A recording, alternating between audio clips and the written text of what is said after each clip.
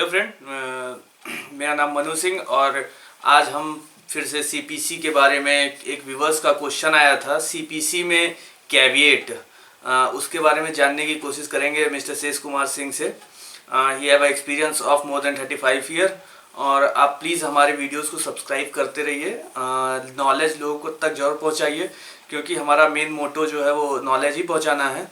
और आपके क्वेश्चन ज़रूर पूछिए हमसे। क्वेश्चन आप पूछेंगे तो हम आंसर ज़रूर देंगे। थोड़ी हो सकता है लेट हो जाए, पर हम आंसर ज़रूर देंगे। सर, हमारे एक व्यूअर का क्वेश्चन आया था कि सीपीसी में कैविएट के बारे में आप ज़रा नॉलेज दे दीजिए हमें। जी, अभी तक हम सीआरपीसी के बारे में आपको हम लोग सीआरपीसी का चैनल उसी का हम अभी तक वीडियो बना रहे थे। जी जी। और मैं कुछ दिन से मैं अस्वस्थ था, जिसकी वजह से मैं अपने व्यूअर्स से खेद प्रकट करता हूँ। जी, मैंने कोई इधर वीडियो नहीं दिया। जी, अगर आप ये सीपीसी का क्वेश्चन आया है, सीपीसी होता है सिविल प्रक्रिया संहिता, हिंदी में code of civil procedure conduct है ना। सिविल ऑफ वो कोड ऑफ सिविल प्रोसीजर है, ये सिविल प्रोसीजर है और वो क्रिमिनल प्रोसीजर है। आपराधिक दंड प्रक्रिया संहिता और ये सिविल प्रक्रिया संहिता। ठीक है।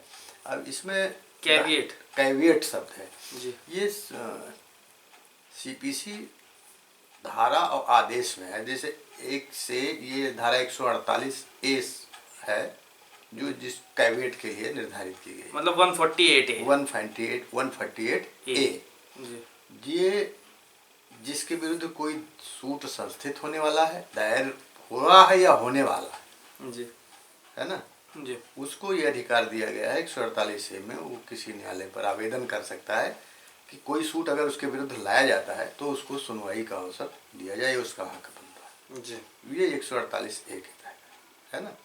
अब वो लोअर कोर्ट में हो सकता है, वो हाई कोर्ट में हो सकता है, वो सुप्रीम कोर्ट में हो सकता है।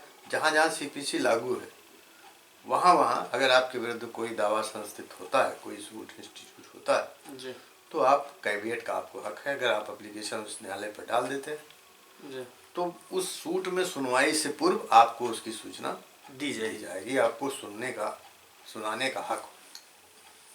आपके विरुद्ध अगर कोई आदेश दिया जाता है तो आपको सूचित करने के बाद ही, आपको सुनने के बाद ही न्यायालय कोई आदेश पारित करेगा। मतलब आपको भी, आप अपनी बात भी रख सकते हैं न्यायालय के सामने कैविएट के थ्रू। अगर आप कैविएट डाल देते हैं तो आपको न्यायालय हरा। और ये सेक्शन 148A के अंडर जी, 148A के अंतर्गत है ना। अब इसमें और भी बात है, कैविएट के लिए प्रोसीजर है ना। उसमें नंबर 1 तो आप कैविएट डालते हो तो रजिस्टर्ड समन के द्वारा जो भी आवेदक आपके विरुद्ध आवेदन करता है, न्यायालय पर कोई सूट संस्थित करने आता है, उसको उसकी सूचना रजिस्टर्ड समन से आप दोगे। ठीक है। अब वो अगर दायर करता है तो न्यायालय से आपको उसकी सूचना आपके खर्चे पर भेजी जाएगी जी। ठीक है। वो भी जो भी रिकॉर्ड दाखिल करेगा न्यायालय में, जो भी आपके विरुद्ध कोई दावा संस्थित करता है तो उसकी प्रतिलिपि आपको उपलब्ध कराई जाएगी। और वो खर्चा जो होगा वो हम आपको देना पड़ेगा। उसमें रजिस्ट्री उसके साथ आप जो आपको रजिस्ट्री जानी वो भी उसके साथ संलग्न रहेगी, जो आपको सूचना जानी है। सब कुछ कैविएट कर्ता के खर्चे पर ही होगा। मतलब जो आवेदन कर रहा है उसी के खर्च, मतलब खर्चा मुझे ही करना होगा। ये सारी प्रक्रिया जी, वो प्रक्रिया है। और ये जो है 90 दिन तक ही, एक बार अगर आप कैविएट डाल देते हैं तो 90 दिन तक आपके हक की रक्षा करेगा न्यायालय। 90 दिन तक मान्य रहेगा, मतलब वैलिडिटी इसकी 90 रहेगा। उसके बाद 90 डेज उतने दिन तक आपको।